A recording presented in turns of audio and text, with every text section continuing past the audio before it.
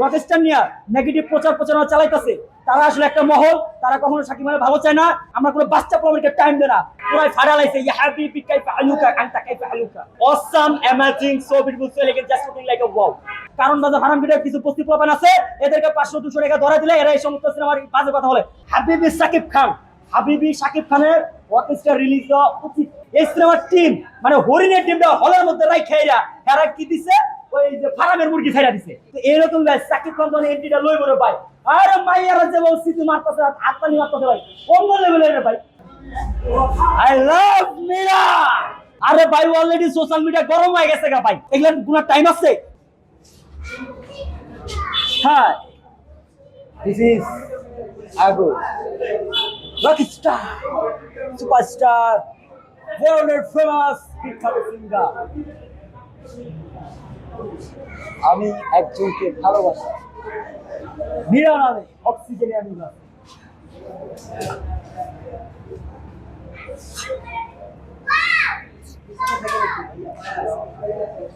ভাই আমি Rockstar already দেখে ফেলছি সকালের শোতে, মানে একদম awesome amazing so beautiful so elegant just looking like a wow. পুরাই ফাড়ালাইছে। ইয়া হাবিবি কাইফা আলুকা আনতা কাইফা আলুকা, মানে একদম অবস্থা খারাপ, বুঝেন নাই? মানে আমি এই মুভিটা দেখতে না দেখতেই মানে দুবাই থেকে আমার কয়েকটা ফ্রেন্ড ফোন দিয়া বলছে, এ বাচ্চো সিনেমা কা কিয়া হাল হুয়া। মানে আমি বললাম যে বস তো বসই, আমাদের অ্যারাবিক কান্ট্রিতে হাবিবি সাকিব খান, হাবিবি সাকিব খানের রকেস্টার রিলিজ দেওয়া উচিত। আহবাব আহবাব সাকিব খান। তা আমি বললাম না, এটা অবশ্যই এটা যাওয়া উচিত এবং যাবে।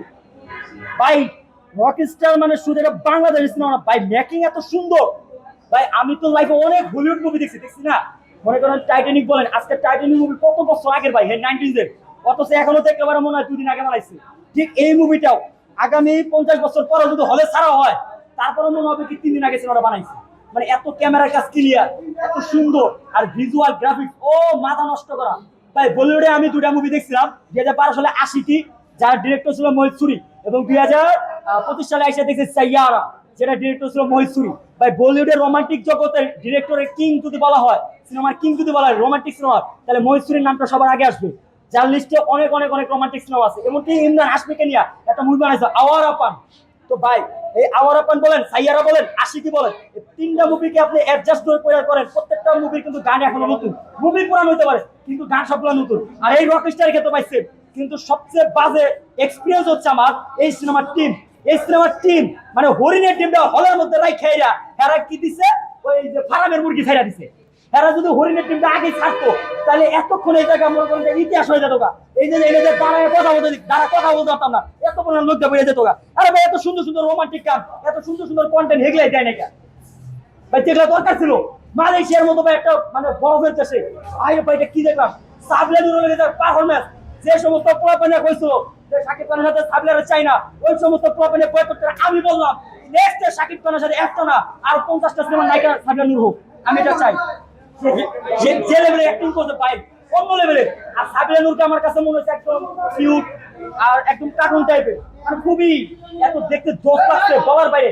আমরা তো সাইয়ারা দেখছি না, সাইয়ারা যে নায়িকারা ছিল অনিত পান্ডে, অনিত পাড্ডা, এটা যে অ্যাক্ট্রেসটা ছিল, তো এটা যে অ্যাক্ট্রেসটা ছিল এটাকে এখানে কিন্তু অনেক কিউট লাগছিল। তো সাবিলার যে এটাকে আসলে সাবিলা, আমি এটা আসলে কনফিউজ হয়ে গেছি। এত সুন্দর মেকআপ ডিজাইন, ফেস কাটিং একদম চেঞ্জ করা লাগছে। আর মেগাস্টার শাকিব খানের কথা কি বলবো ভাই, উনার তো প্রত্যেকটা লুক, প্রত্যেকটা কস্টিউমের প্রতি আমি ফিদা হয়ে গেছি ডাইরেক্ট।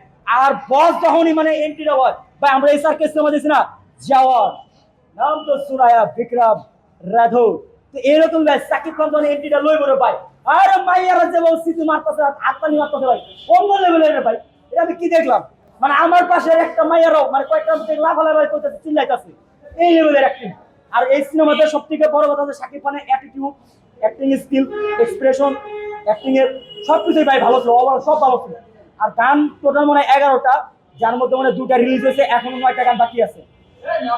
पिक्चर अभी बाकी है, ट्रेलर अभी देखा है, पिक्चर अभी बाकी है।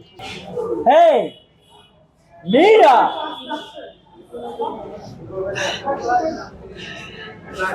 I love you, I love Mira forever and ever, forever and ever. মানুষ যেমন নিঃশ্বাস ছাড়া বাঁচতে পারে না, মীরা নামের অক্সিজেনেও আমি বাঁচি। মীরা নামের অক্সিজেন না পেলেও আমিও বাঁচবো না। Meera, she is only me. She is only my baby. Personal matter.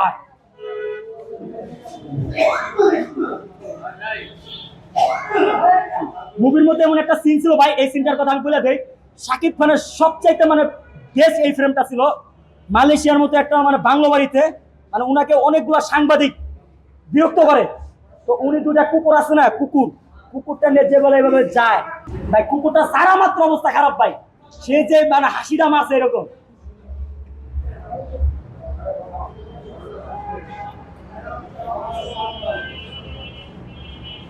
ভাই এই লেভেলের অ্যাক্টিংটা ভালো ছিল আর কি। আর হচ্ছে গা সাকিব খানের আরো অনেক ডায়লগ আছে এরকম, তুমি তো আমার কোনোদিন মা হইতে পারো নাই বাবা, তুমি তো সবসময় business business business focus. Right, আসছো তুমি আমারে আবার অধিকার দেখাইতে। Fuck! Man, fuck! এইবারটা ডায়লগ ছিল। সাকিব খান ভাইয়াকে আমরা রক গ্যাংস্টারে দেখছি অনেকবার, এমনকি লাক্সারি যে সিনেমাগুলো ছিল সেগুলো তো দেখছি, কোনো আশায় বাকি নাই। শুধু একটা আশায় বাকি আসলো, সেটা সিঙ্গারের চরিত্রে, যেটা আমাদের পূরণ করছে। আর এই যে লুকের যে বিষয়টা বললেন যে আসলে এই ধরনের লুকগুলো বাংলাদেশে খাবে কিনা, আরে ভাই অলরেডি সোশ্যাল মিডিয়া গরম হয়ে গেছে গা ভাই। মানে মাইয়া মানুষের দিয়ে আমি খালি ওনার লুকের প্রশংসা করতেছে, ওনার কস্টিউমের প্রশংসা করতেছে। আমি সেদিকে বসুন্ধরায় গেছি, 4-5টা মাইয়া এসে মানে ওনারা ফ্রেন্ড সার্কেলে এক যা বলতেছে যে আঙ্কেল এই যে সাকিব ভাই যে শার্টটা পরছে, এই শার্টটা কি এখানে পাওয়া যাবে? না না, এটা তো ইকো থেকে নিয়ে আসতে হবে। আঙ্কেল এই যে সাকিব ভাই যে প্যান্টটা পরছে সিরাফাড়া, এই প্যান্টটা কি এখানে পাওয়া যাবে? না, এটা তো লন্ডন থেকে নিয়ে আসতে হবে, ভাই আমেরিকা যেতে হবে। ভাই কি বলেন ভাই, মাইয়ারা যেখানে ফিদা হয়ে গেছে গা, আর আমরা পুরারা তো আরো ভাই। মানে ওনার কস্টিউমের দিকে ভাই, আর যা লুক ছিল ভাই একদম ফ্রেশ। আর সাকিব খানকে ফ্রেশ লুকে দেখতে ভীষণ ভালো লাগতেছে। এর আগে আমি একটা মুভিতে দেখছিলাম, যেমন 2016 সালে শিকারি মুভিতে একদম ফ্রেশ লুক, তো এখানেও এরকম ফ্রেশ লুক বাট ডিফারেন্ট, ভালো লাগছে ভাই। আর যারা বলছে যে যারা আসলে রকস্টার নিয়ে নেগেটিভ প্রচারণা চালাইতেছে, তারা আসলে একটা মহল, তারা কখনো সাকিব খানের ভালো চায় না। কারণ বাজার হারাম ভিডিও কিছু বস্তি প্রমাণ আছে, এদেরকে 500-200 টাকা ধরা দিলে এরা এই সমস্ত সিনেমার বাজে কথা বলে। কারণ আমি যদি কারণ বাজার বস্তি দিকা 10-12টা প্রমাণ আনি, সবাই যদি 1000 করে দেয়, 10 জনের 10,000 টাকাও যদি দেয়, এরা দিয়ে আমারই প্রশংসা করবো। এই হালার পত্র আছে এগুলার কোনো টাইম আছে? আমরা কোনো বাচ্চা প্রমাণের টাইম দেয় না, আমাদের কাছে কোনো বাচ্চা প্রমাণের টাইম নাই, বুঝেন নাই? আমাদের সাথে যদি কথা বলতে চান, আমাদের সাথে মোকাবিলা করতে চান, আসেন ফেস টু ফেস কথা বলবো। আপনার সিনেমা ভালো লাগে নাই ভাই, রকিশা ভালো আসতে ভাই, মানলাম রকিশা ভালো নেই, কি ভালো লাগে? একটা সিনেমার কিছু ভালো লাগবে না? হয়তো 50% ভালো না লাগতে পারে, 80% ভালো না লাগতে পারে, হয়তো 20% ভালো লাগতে পারে, হয়তো 90% ভালো লাগলে 10% ভালো লাগে, একটু হলেও তো ভালো লাগবে। এরা তো উত্তরই দিতে পারো না। আবার জিজ্ঞাসা, সিনেমা তো দেখছেন, একটা ডায়লগ দিত না। এরা আসলে যারা রকিস্টার নিয়ে নেগেটিভ প্রচারণা করতেছে, তারা আসলে সাকিব খানের সিনেমা দেখতে আসে নাই। তারা সবসময় এইসব সিনেমা দেখে, মিয়া খলিফা আর সানি নলে, ওরা এইসব সিনেমা দেখে অভ্যস্ত। তো ওরা রকিস্টার মর্ম বুঝবে কিভাবে?